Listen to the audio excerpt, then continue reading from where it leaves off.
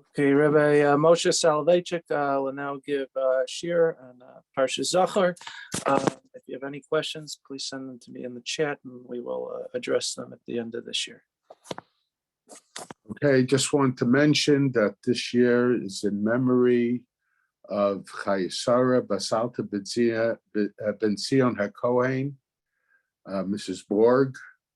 She was a very fine lady, both her and her husband, they in a sense represented the Jewish people from the previous generation. They came over from Europe, but they had a certain they had a certain a certain demeanor that it was in a sense that would demonstrate to the Jews of America how the Jews in Europe, what their personalities were like. And her yahrzeit is Zayin Adar. So I want to dedicate this day. They were members of my shul. They lived actually across the street from my parents, and I always, every time I pass by their house, I remember them, and their memory, after the war, there was in Europe, there was the Torah is sometimes compared to a fire, but as a result of the war, that fire was extinguished to a certain degree by the Nazis, but certain individuals took that form of life, which is compared to a fire, and each of them brought like a small part of that fire, and over time, that those sparks that were brought over from Europe, over time, that became a great fire also. In a sense, the sparks that they brought over from Europe today is a fire that sheds light and gives warmth that shares light and gives warmth to all those who know their descendants. All right, the mitzvah this week is Parshas Zachor, and this week is Parshas Zachor, and Parshas Zachor is it speaks about the mitzvah of remembering what Amalek did to the Jewish people, and I want to focus. There is a question, some shuls have a special minyan in the afternoon for women to come to hear Parshas Zachor. I want to discuss, if time will allow, whether women are required in the midst of hearing Parshas Zachor. It's always a good thing to go to shul. It's always a good thing for everybody to hear Kriyas HaTorah. But I want to discuss the question. It's a question that's discussed, whether women are required in the mitzvah of hearing Parshas Zachor. Now, the Medrash tells us, the Gemara tells us regarding the mitzvah of Schiras Amalek. Torah says, Zachar asher asa lecha Amalek, remember what Amalek did. This is what we read this Shabbos. Lo sishkach, and don't, and at the end it says lo sishkach, don't forget. So what's the difference between the positive commandment of Schiras Amalek, of remembering what Amalek did, and the negative commandment of lo sishkach, of not forgetting? So the Medrash says, Zachar b'peh lo sishkach b'leiv. Zachar is with the mouth. So you have to oralize the memory of Amalek. Lo sishkach, that's in the heart. So in the heart, that's a constant mitzvah. We can't forget what Amalek did. And that this is very important because with the passage of time, there is a tendency to forget what the enemies of the Jewish people did to the Jewish people. And of course, Amalek is the arch enemy of the Jewish people. In a sense, we could say Amalek was the father of all anti-Semitism post Yetzias Mitzrayim. So, and with passage of time, don't we see it when the generation of Europe passed away? Initially, people were the Holocaust was fresh in the minds of the Jewish people. But with the passage of time, and with those who were in Europe and who had to and who were able to leave Europe, when they passed away, the memory of Amalek and what Amalek did for the memory of Amalek, the memory of the Nazis, Yamach Shemam, has become dulled. And it's important that we remember what Amalek did and what the contemporary, when I say contemporary Amalek, I mean the Amalek of modern times, what they have done to the Jewish people. So the question is, when is the mitzvah of Schiras Amalek, of remembering what Amalek did, to oralize it, the Zachar B'peh? When is that mitzvah? We know there's a mitzvah of Schiras Yetzias Mitzrayim. There's a mitzvah to remember the redemption from Egypt. We know when that mitzvah is, and we know what that mitzvah entails. We have a Seder Pesach night. We read the Haggadah. We eat the matzah. We eat the maror. But when is the mitzvah? It's a biblical mitzvah. Now, it's true. We read Parshas Zachar, the Shabbos before Purim. But Purim was a later holiday. And the mitzvah of Schiras Amalek was given to the Jewish people in the desert. So when is it necessary on a biblical level, or how often on a biblical level is it necessary to oralize about what Amalek did to the Jewish people?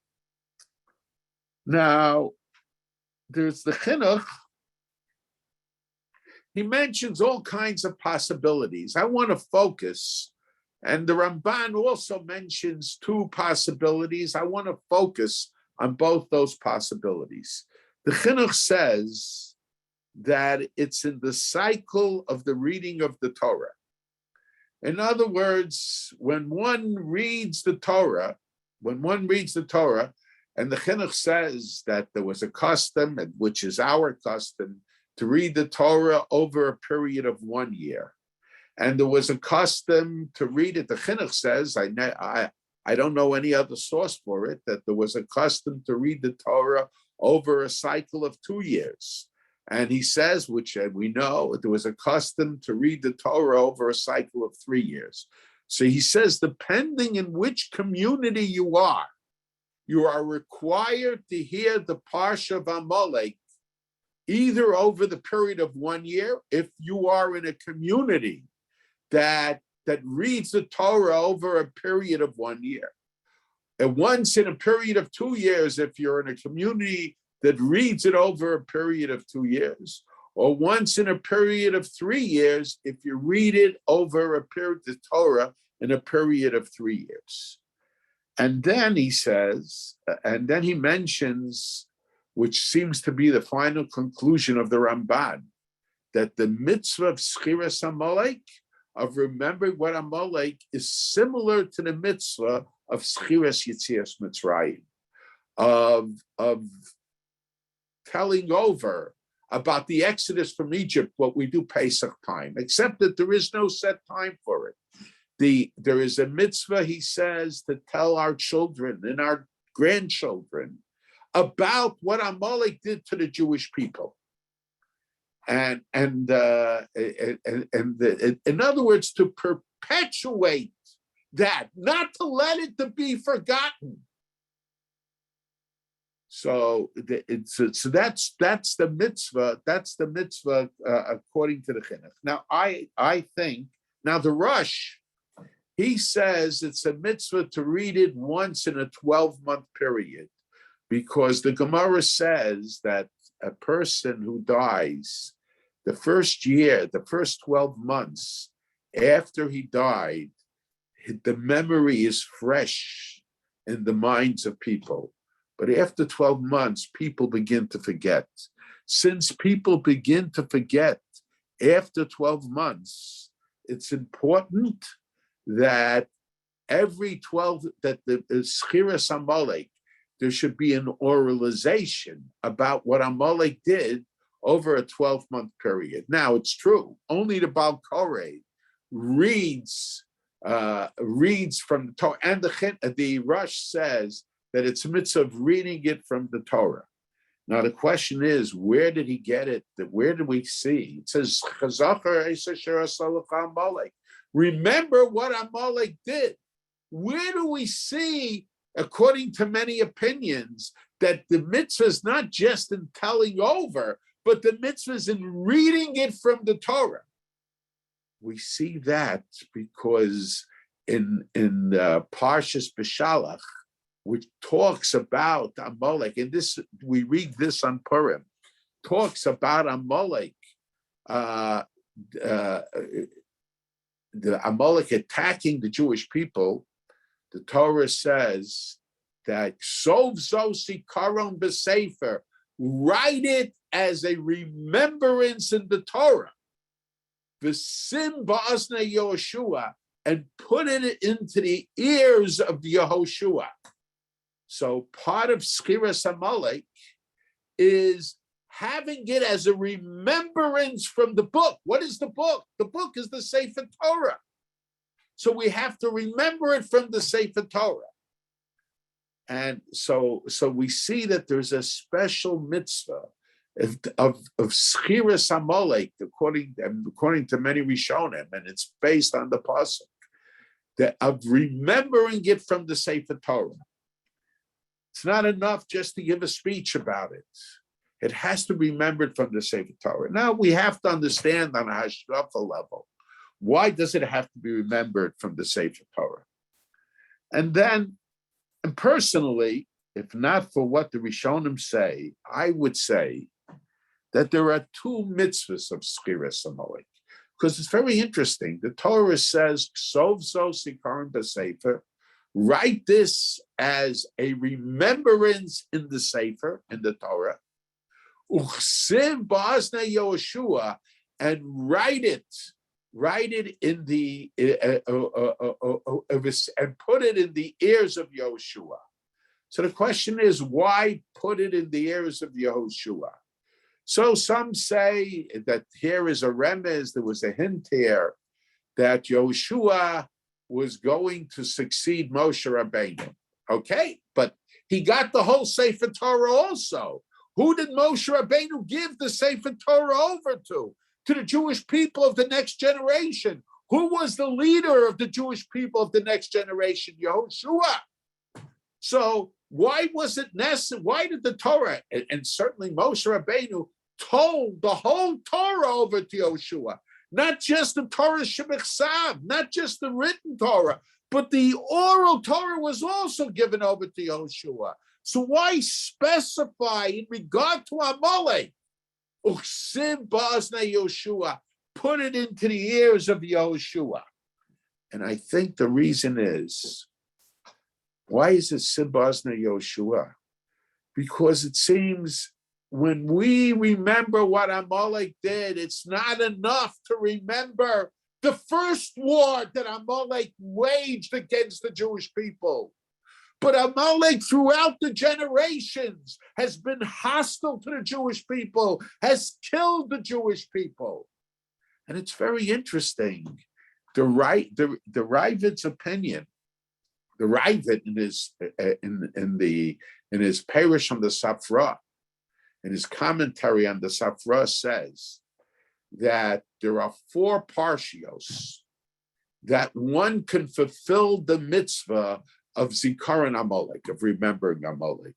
One is in Parshas B'Shalach, Vayavo Amalek, where it talks about the first war that Amalek waged against the Jewish, about the war that Amalek waged against the Jewish people in the desert. That's one parsha, and we read that on Purim. The second parsha is Parsha Zachar at the end of Kisei saying Chumash Dvarim. That we're going to read this Shabbos, Parsha Zachar. And then he says in Shmuel, when Shaul waged war against Amalek, that too, we could fulfill the mitzvah d'oraisa, the biblical mitzvah of remembering Amalek. And then he says, when Esther, he calls it Hilchos Megillah. It's very interesting.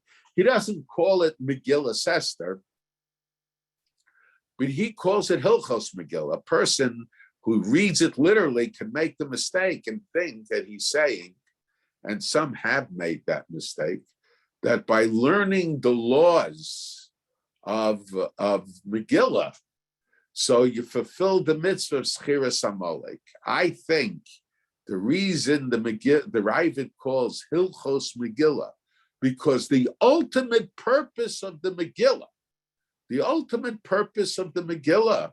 is to fulfill the mitzvahs of Purim. So when it talks about Hilchos Megillah, it's talking about the laws.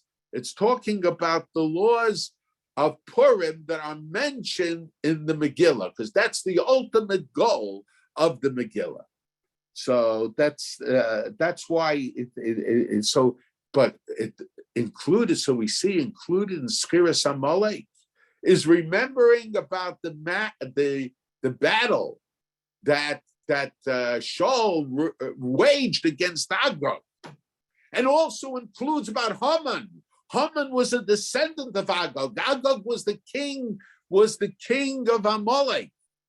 So you see, it's not the mitzvah of Schiras Amalek is not just remembering the first war that took place between Amalek and the Jewish people, but the other battles as well. And it's very interesting from the Rambam, it appears, the Rambam in Sefer Mitzvahs, when he talks about the mitzvah of Schiras Amalek, he mentions that he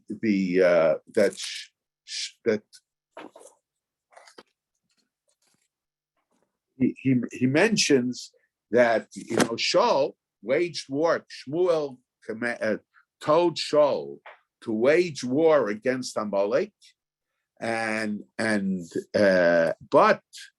Shaul did not complete the task.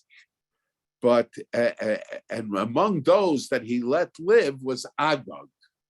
So Shmuel went and he killed Agag. But before he killed Agag, Vayomer Shmuel, Kasher Shikla Nashim Charbecha Kain Tishkal Minashim Imecha. So just before he killed them, he says, just as your sword made women childless, your sword apparently killed the children of Jewish women. So shall your mother be childless among the women. So in other words, the mitzvah of Schiras Amalek, is the mitzvah of Schiras Amalek. So the Rambam says, why did Shmuel make this statement to Agag? Why he was killing him? He says he was fulfilling the mitzvah. He was fulfilling the mitzvah of Schiras Amalek before he killed him. So now at that time, the Parsha of Shmuel was not yet in Tanakh. So it seems that one can fulfill the mitzvahs, according to the Rambam, one can fulfill the mitzvah of Schiras Amalek, not just by telling your children, but by telling yourself. And it has to be oralized, but it doesn't have to be just about the war, the original war against Amalek, but to say, I am killing Amalek. Why am I killing Amalek? Because Amalek has killed us. We have to recognize the danger of Amalek. Matter of fact, one of the big problems now, later on if we have time.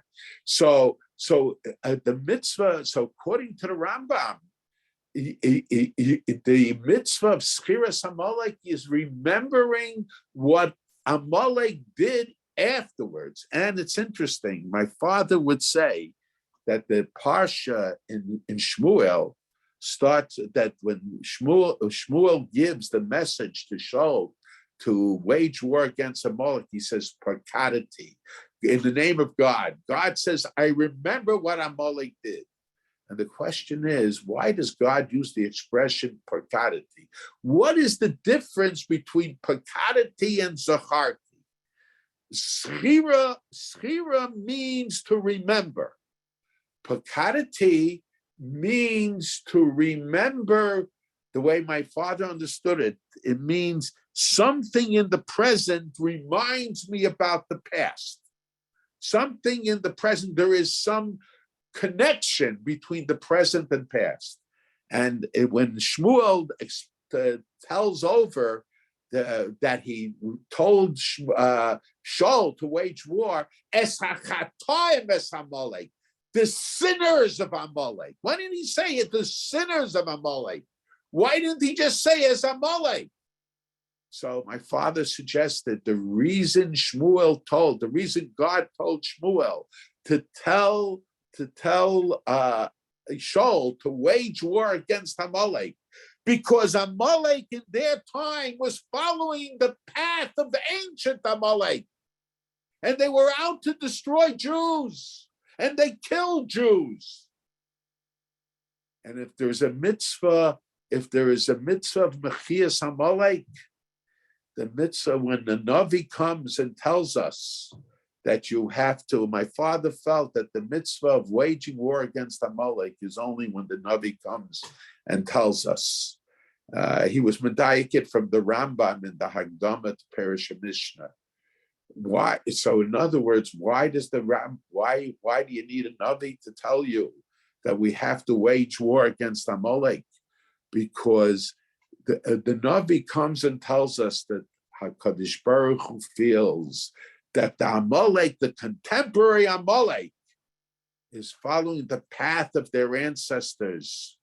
And at that time, as Hachatayim as Amalek, that under those circumstances, there is a mitzvah. And I want just to add one other thing. You know, many people are very troubled by the mitzvah Mechias Amalek. And I have to admit that as a boy, I was also very troubled about the mitzvah of Mechias Amalek, of destroying Amalek. I think that we could suggest that when the Navi comes and tells us, God said there is a mitzvah to kill Amalek now, God is telling us they are out to kill you. If you don't get them first, it's a matter of fact, my uncle, there are three Milchemes mitzvah. There are three wars that are considered wars of mitzvah. One is, according to the Rambam, Milchemes Amalek, the war against Amalek, the war against the 7 nations in Eretz Yisrael, and a war of defense against the nation that attacks the Jewish people. And my uncle said, the question is, where is that mitzvah for the war defense? Mechias Amalek, we know. We know where that mitzvah is. But the mitzvah the mitzvah and the mitzvah of Shiva Amim against the 7 nations that live in Eretz Yisrael. Hachrem tachrimem. We know where that mitzvah is. But where is the mitzvah? Of course, it's logical. It's very logical. But but if it says it's a mitzvah, there has to be a mitzvah in the Torah that tells us that if someone comes to attack us, we have a mitzvah of attacking them. Where is the mitzvah mentioned? And my uncle said, my father had a different answer, but my uncle said, where it says, Milchama la'Hashem ba'Amalek midor dor. There is a war against Amalek in every generation. A nation that comes to destroy the Jewish people, that comes to attack the Jewish people, that wages war against the Jewish nation. That nation, they might not be genetically Amalek, but they are ideologically Amalek. And my uncle suggested there are 2 separate mitzvahs. There's a mitzvah against genetic Amalek. That's Machal Timcha Zecher Amalek. Eradicate the memory of Amalek. Whereas those who follow the ideology of Amalek, there it's Milchama la'Hashem ba'Amalek midor dor. It's a war against Amalek in every generation. So the ideology, so there is a war. There's that's a war of self-defense. I want to take that a step further. I want to say that just like the war of defense is identified with the ideology of Amalek, when the Navi comes and tells me to wage war against genetic Amalek, the Navi is not only coming and telling me that the Amalekites have sinned and it's pecadity and God remembers what they did, but perhaps it's a war of self-defense. The Navi is telling me if you let them go on, they will continue in their path and get worse and worse, and they will destroy you. It's in a sense a leap of faith, but of course we have faith in the words of the Navi. So the Navi is telling us they are going to kill you. Now there is a mitzvah of going out and destroying Amalek. So, but in any case, the question is, so why is V'sin b'Oznei Yeshua? After all, if we read the Parsha, as many Rishonim say we should say, so why is it V'sin? Why did Moshe have to put it in the ears of Yehoshua as well? And I think the Parsha in the Torah is limited. The Parsha in the Torah tells us about one incident, but it doesn't tell us about the wars that took place and how Amalek throughout the generations, how even Haman, who was a descendant of Amalek, was not even part, and he was a prime minister, not of Amalek, but prime minister of Persia. But he was able to arouse the spirit of Amalek in Persia. That's also part of Schiras Amalek. V'sin b'Oznei Yeshua, it's part of the Masorah. And unfortunately, that Masorah continues for generations. When I say unfortunately, of course, it has to continue. We want it to continue, but we don't want that things should be added. But unfortunately, in the B'chol Dor V'Dor, as we say in the Haggadah, B'chol Dor V'Dor, Omdim Aleinu L'Chalosenu. In every generation, the spirit of Amalek is alive. And to a certain degree, when the let's say the Holocaust, I don't know if Hitler Yamach Shemo was genetically from Amalek or not genetically from Amalek. But one thing's for sure, that ideologically he certainly was Amalek. And it was the ideology of Amalek that inspired, he might not have even realized that it was Amalek, but it was the ideology of Amalek, and you should know that it's not just the Jewish people that have a Masorah of giving over from generation to generation. We give over Torah from generation to generation. We give over our tradition from generation to generation. But among some of the Umos Olam, among some of the nations of the world, and I'm not finding fault with all of the nations of the world, but among some of the nations of the world, there's a Masorah of destroying the Jew. And this is, so therefore we, the Simbas and Yeshua, it's not enough what's written in the Torah. There has to be something given over from generation to generation. And the Jewish people, this as I mentioned in my introduction, when I was talking about Mrs. Borg, this Masorah is now being challenged because people are beginning to forget. People are beginning to forget, and it's important. It's important to remind future generations about the anti-Semitism, what anti-Semitism could do to the Jewish people. It starts off just with a speech, but sometimes it grows. And especially when times are bad, people attract supporters, as Hitler Yamach Shemo did. And we have to keep that, we have to keep the memory of Amalek alive. We have to keep the memory of Amalek alive, because otherwise we won't be able to protect ourselves. Now, so that explains why we have to Simbas de Yeshua. Yeshua was the successor of Moshe Rabbeinu, is given over from generation to generation, parent to child, teacher to student. One generation to the other generation has to give over. And unfortunately, what is given over can grow and grow and grow from generation to generation. But if it's given over, why do we have to read it from the Torah? And I think the reason we have to read it from the Torah, because it's Milchama LaHashem Ba'amalek. It's God's war. We are fighting for God. We are God's army. We are God's army.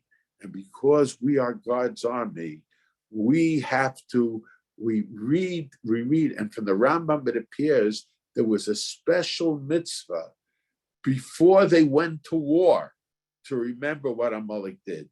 Shmuel, when he got involved in killing Agag, he mentioned about what Amalek did. When we go to war, there's a special mitzvah.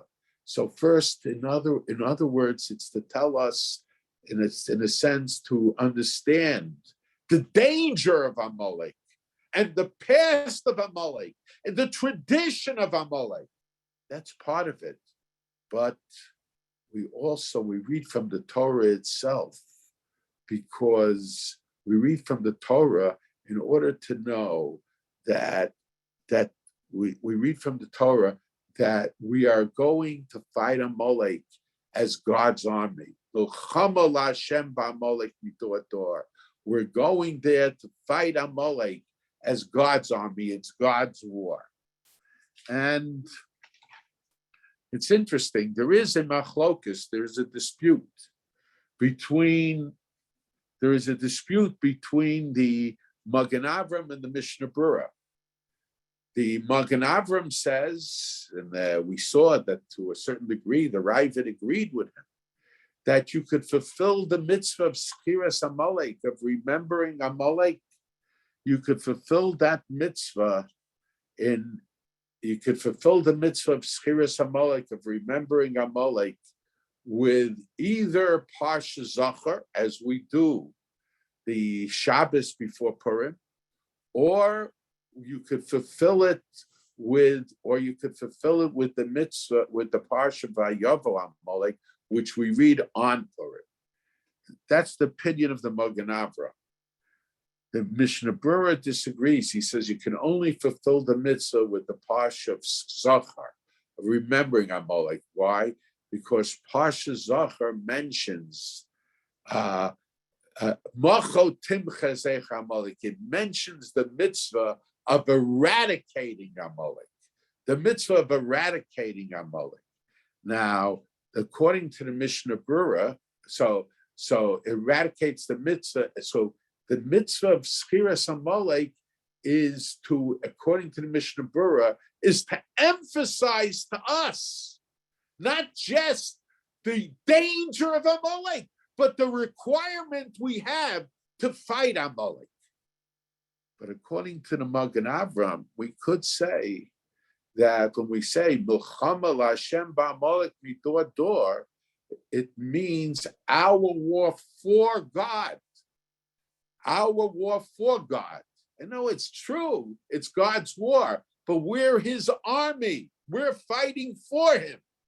So it's contained in both Parshas about it. And then we could say that once we read the Parsha about the danger of Amalek, and you have to understand, the danger of Amalek perhaps is, depending on the generation, is not just from the nation of Amalek, but when people see Amalek surviving, it's people see that inspires people to fight against the Jewish people. I mentioned this before, during the Eichmann trial, I asked my father, of course, Eichmann as he was killed, but I wanted to know from a halachic perspective. I understood that it was absolutely necessary, halachically, and all that, but I wanted to know how to explain it. How do we halachically explain? In other words, during World War II, there wouldn't have been a problem. But why is it? And my father told me that many Achronim say that when there is a pogrom against the Jewish people, even after the pogrom is over, the Jewish people have a right to kill the people that were behind the pogrom. Because if they survive, their survival inspires others to follow in their path. And I think, to a certain degree, that's also part of the mitzvah of Schiras Amalek. Yeah, they have to have a certain level of rishus, a certain level. In other words, it's not in every generation is there, not in every time is there a mitzvah. Only when Amalek sinned, or God recognizes the sin as reminding him of what Amalek did in the earlier times. But part of the mitzvah is when this nation of Amalek is recognized that they survived, so they inspire others. And a matter of fact, and I'm deviating from what I was planning on saying, but there seems to be a contradiction in Rashi. Rashi in Parshas Zachor says that the mitzvah of Schiras Amalek, of remembering Amalek, was the mitzvah of Schiras Amalek, of remembering what Amalek does. Machol Timcha Zeich Amalek culminates in destroying Amalek. So Zecher Amalek manifests itself in destroying not only Amalek, but even the animals that Amalek had. Sure, even their oxen you have to destroy. Even the seh you have to destroy. Why? Shelo Yomru, that people shouldn't say this shore, this ox, or this sheep was from Amalek. Very strange. Why should there be a mitzvah to destroy the ox and the sheep? We understand the mitzvah of to kill out Amalek, the people of Amalek, because they if we don't kill them, they will kill us. And that only applies when a Navi warns us that we have to go wage war against Amalek. But when they present a danger, when their existence presents a danger, but why should we have to kill out the shore and the sah of Amalek as well? And it's interesting, where did Rashi get it from? Rashi got it from Shmuel, because Shmuel told Shaul to kill the animals of Amalek also. Shaul didn't listen, but he was commanded to kill the animals of Amalek also. So Rashi in Shmuel says, well, why is it? So Rashi says, because the Amalekites were Balak Shafim, they were magicians, and they would make themselves look like animals. So, okay, now, personally, I have trouble with that. And certainly the Rambam in Moreh Nevuchim would have trouble with that, because the Rambam in Moreh Nevuchim, the Rambam in Rambam in his Igros, he didn't believe in Kishuv. He didn't believe that the Khartoumim of Paro really knew magic. It was all tricks that they made people believe. It was like the magic shows of today. But the question is, we have to understand why, certainly according to the Rambam, why did Shmuel tell Shaul to kill out the animals of Amalek also? The Rambam didn't believe in magic, so the explanation of Rashi couldn't apply. And it's interesting, the Rambam, when he discusses the law of destroying Amalek, doesn't even mention about killing the animals of Amalek. Doesn't mention that. But Shmuel told Shaul, kill the animals of Amalek. And Rashi, we have a problem, because Rashi in Chumash, it seems that's the mitzvah. Destroy the memory of Amalek. So long as there's something still around from Amalek, the memory of Amalek is still there. And then Rashi in Chumash says, no. And Shmuel says, no, the reason we have to destroy Amalek is because the Amalekites were Balak Shafim, they were magicians, and they turned themselves into looking like animals. So how we can understand it? But I think we could suggest, certainly along the lines of the Rambam, that there is no real kishuv, no real magic. But the Amalekites had a reputation in ancient times of being Baalei Kishuv, of being able to do magic.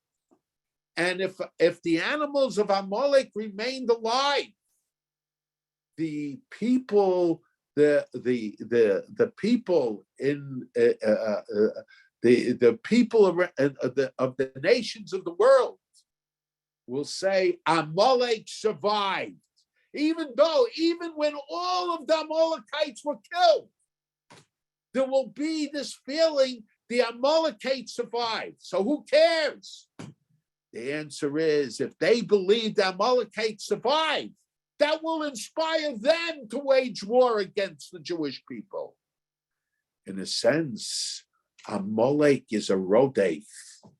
The survival of Amalek, when they become identified, at a time when they become identified with killing Jewish people,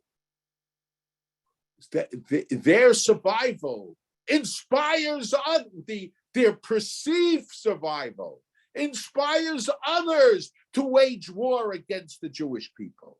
That's what the Rashi says, that Amalek is like a hot pot.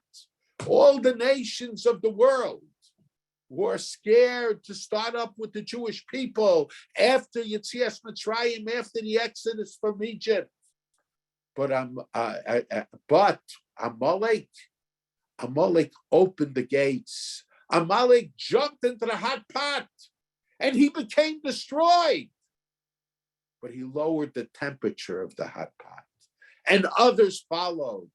In every generation, Omdim Aleinu L'Chalosenu, they come to destroy us.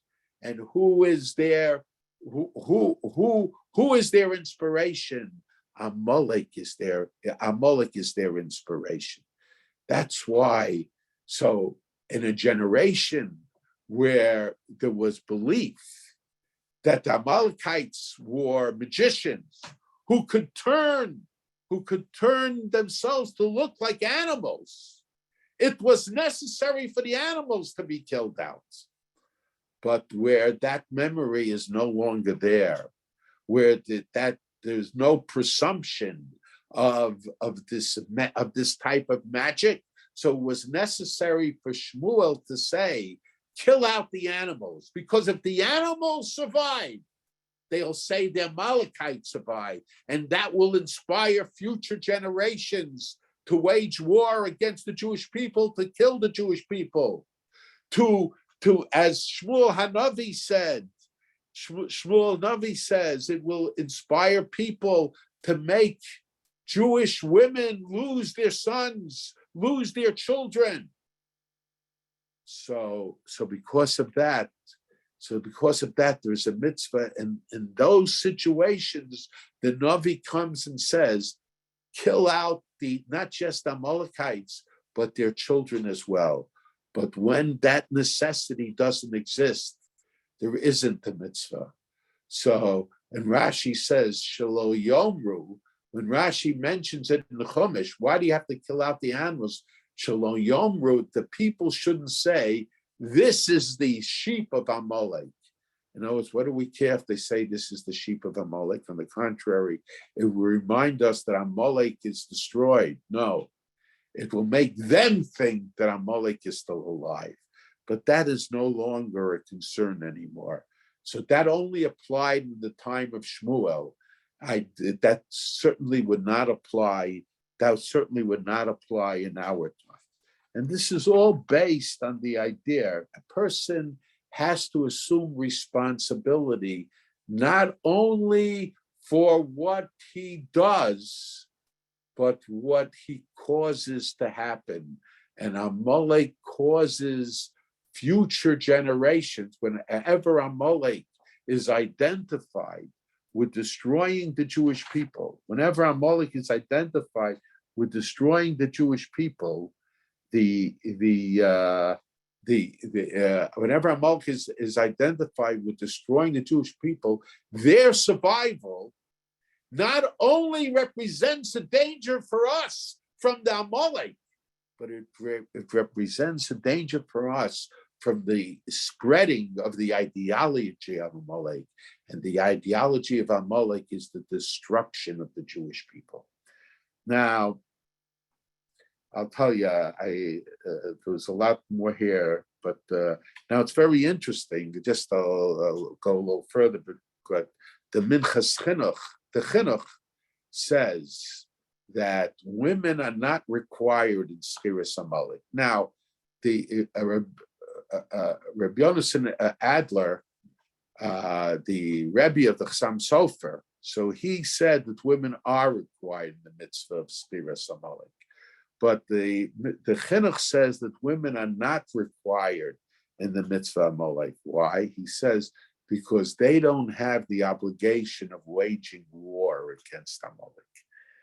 So we see that the Chinuch's opinion is that the remembering of what the oralizing, what Amalek did, and the not forgetting, is reserved for the men. The requirement is certainly a fulfillment of a mitzvah, but the requirement is reserved for the men because they have to wage war. So the requirement to remember what Amalek did is connected with the mitzvah of waging war against Amalek, and that's in line with this because we have to understand. I think we have to understand that waging war against Amalek is a war of self-defense. It's a war of self-defense because of what Amalek will do to us, and when Amalek is identified with trying to destroy the Jewish people, how they will inspire others to follow their path. Amalek is genetic Amalek, but Amalek has an ideology, And unfortunately, that ideology spreads throughout the world, throughout the nations, throughout many of the nations, and unfortunately throughout the generations. And it's our responsibility to keep that memory alive and to perpetuate that for future generations, that we always have to be on guard for the enemies of the Jewish people who are inspired by the example of Amalek. Okay, we'll leave it here. All right. Any questions?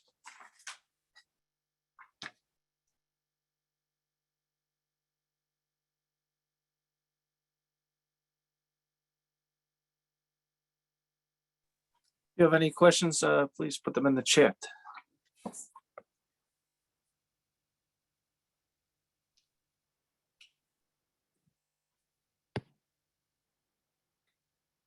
There's a question: if we see modern day examples of Amalek in the world today.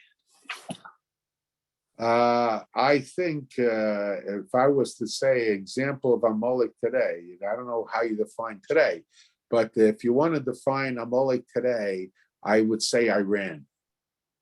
What I say, I don't know that it's genetic Amalek, but it's certainly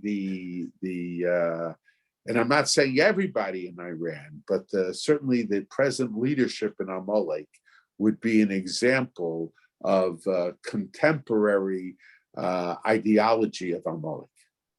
There are others also, but the first name that comes to my mind of a nation is Iran.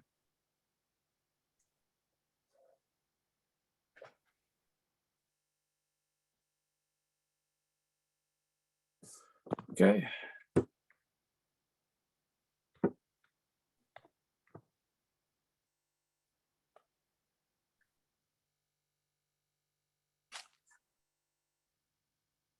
There's a question: was the Day of Hate that was supposed to be for yesterday, is that related to Amalek and Amalekius?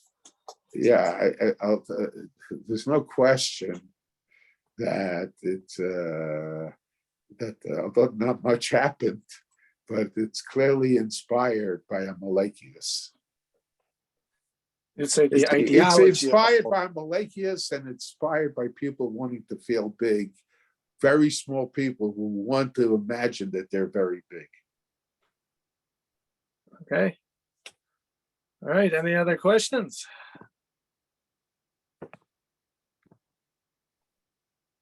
Okay. Okay, All right. So that looks like it's it. Next week, are we on schedule or? yeah, for sure. Okay. For sure. So Rabbi It'll be about Lazowski, Purim. It'll be about Purim next week. next week will be about Purim, and God willing, Rabbi Lazowski will send out information regarding this year. Thank you, everyone, for attending. Okay.